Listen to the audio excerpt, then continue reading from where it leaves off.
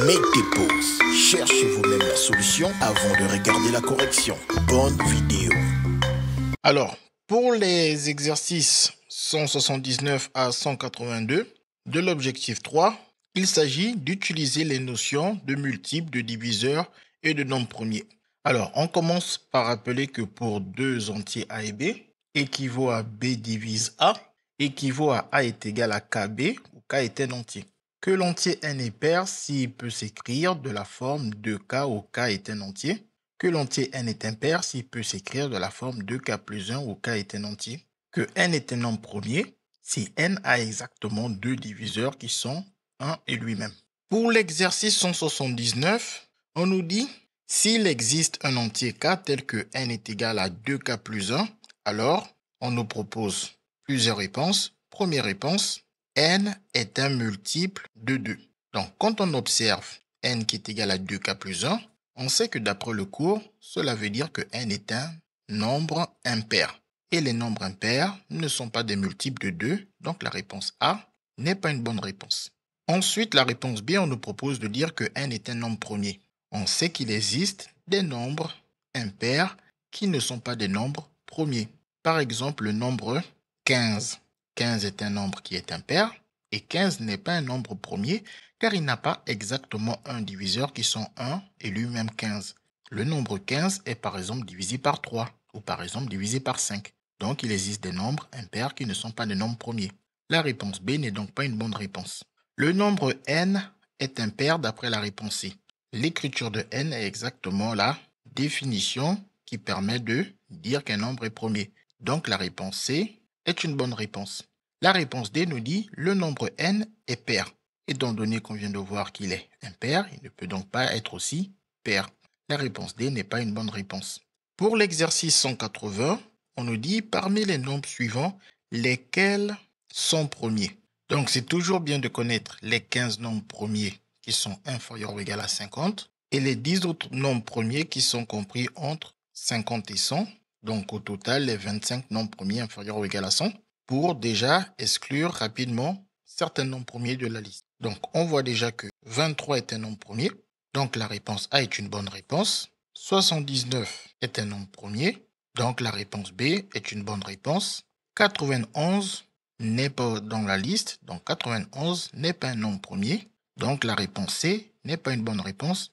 Et si vous connaissez suffisamment la table de 13, vous pouvez même voir que 91 n'est rien d'autre que 13 fois 7. Donc 91 est divisé par 13 et divisé par 7. Donc 91 n'a pas exactement deux diviseurs qui sont 1 et lui-même. Maintenant pour le 117, il suffit juste de sommer ces chiffres. 1 plus 1 plus 7 égale 9. La somme des chiffres de 117 est divisible par 3 car 9 est divisé par 3. Cette somme est même divisée par 9. Donc cela montre que 117 est divisé par 3 mais aussi par 9. Donc il n'a pas exactement deux diviseurs qui sont 1 et lui-même. Donc la réponse D n'est pas une bonne réponse. Maintenant, si vous trouvez que le nombre 79 est beaucoup trop grand pour deviner comme ça que c'est un nombre premier, il existe une autre astuce qui demande de prendre la racine carrée du nombre 79. D'après la calculatrice, racine carrée de 79 est sensiblement égale à cette quantité. Puis, on regarde les nombres premiers inférieurs ou égaux à cette quantité, à savoir 2, 3, 5 et 7. Et on regarde si l'un d'eux divise ou pas 79. Si aucun d'eux ne divise 79, cela prouvera que 79 est un nombre premier. 79 n'est pas pair, donc il n'est pas divisé par 2. La somme des chiffres de 79 est égale à 16 et 16 n'est pas divisé par 3, donc 79 n'est pas divisé par 3. 79 ne se termine pas par 0 ou 5, donc 79 n'est pas divisé par 5. Et 79 ne peut pas être un multiple de 7, car on sait que 7 fois 10, ça fait 70. 7 fois 11, ça fait 77.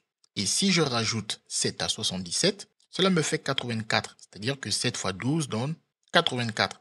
Donc on voit que 79 n'est pas divisé par 7. Donc ça prouve que 79 est un nombre premier. Vous pouvez aussi bien évidemment utiliser cette méthode pour tester si oui ou non 91 est un nombre premier. D'après la calculatrice, racine de 91 est à peu près égal à cette quantité. Et les nombres premiers plus petits que cette quantité sont exactement les mêmes ici.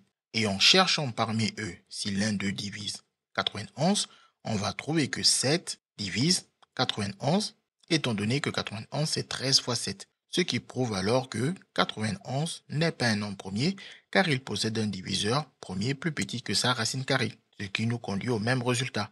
Et vous pouvez exactement faire la même chose pour 117. Pour l'exercice 181, on nous dit parmi les fractions suivantes, laquelle ou lesquelles sont irréductibles. On commence par la réponse A. On constate que le numérateur se termine par 0 et que le dénominateur se termine par 5, ce qui montre que le numérateur et le dénominateur sont tous deux divisés par 5. Donc cette fraction, elle est simplifiable par 5. La réponse A n'est donc pas une bonne réponse.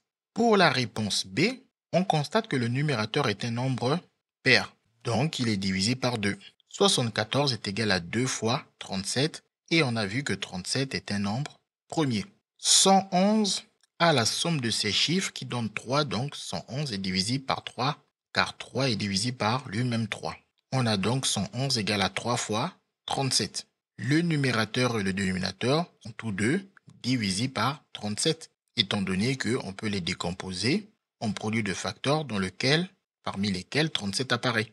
Donc ici, cette fraction elle est simplifiable par 37. Elle n'est donc pas irréductible. Par conséquent, la réponse B n'est pas une bonne réponse. Maintenant, pour la réponse C, on a des nombres qui sont quand même très grands. Mais quand on les observe, par exemple le numérateur, il n'est pas pair, c'est-à-dire qu'il ne se termine ni par 0, par 2, par 4, par 6, par 8, donc il n'est pas divisé par 2.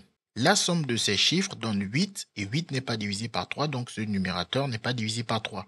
Il ne se termine ni par 0 ni par 5, donc ce numérateur n'est pas divisible par 5. Ces deux derniers chiffres forment le nombre 0,1 qui n'est pas divisible par 4.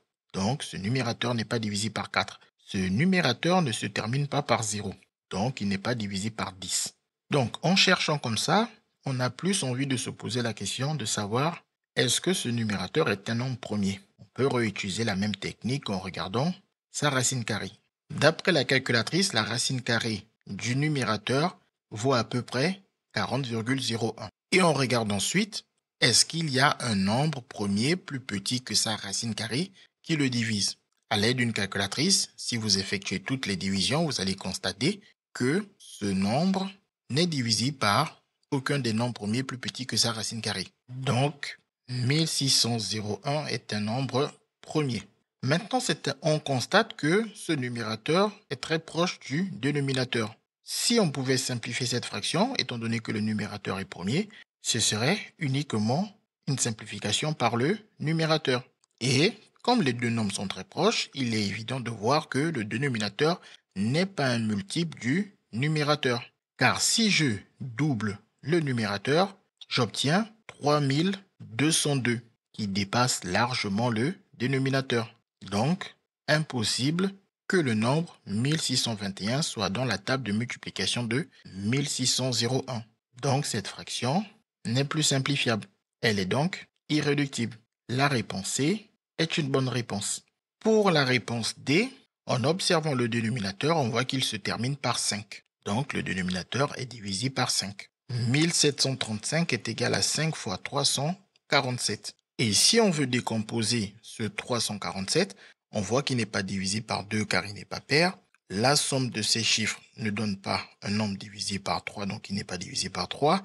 Ces deux derniers chiffres forment le nombre 47 qui n'est pas divisé par 4, donc il n'est pas divisé par 4. Son dernier chiffre n'est ni 0 ni 5, donc il n'est pas divisé par 5.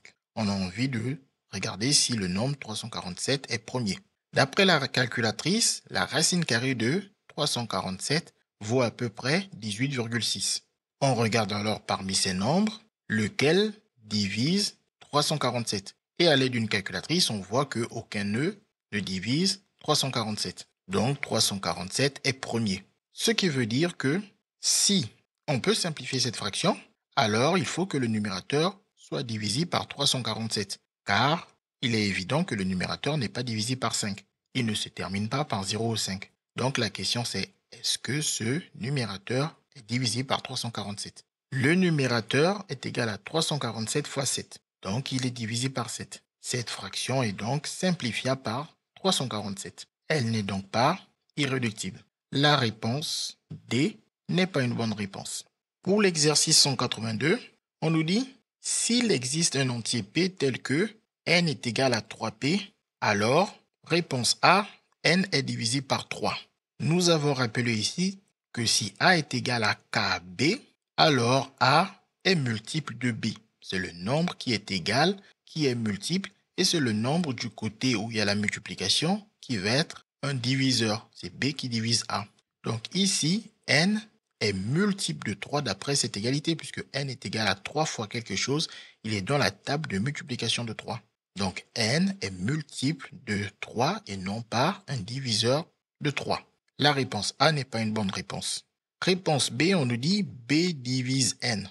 Donc P divise n, ici on voit que le P, il est du côté de la multiplication. C'est-à-dire que n est dans la table de P, étant donné que n c'est P fois 3. Donc la réponse B est une bonne réponse.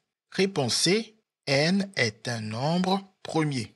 Étant donné que P n'est pas forcément égal à 1 pour qu'on ait 3 fois 1 égale à 3, si P vaut par exemple 2, on n'aura que 2 divise n.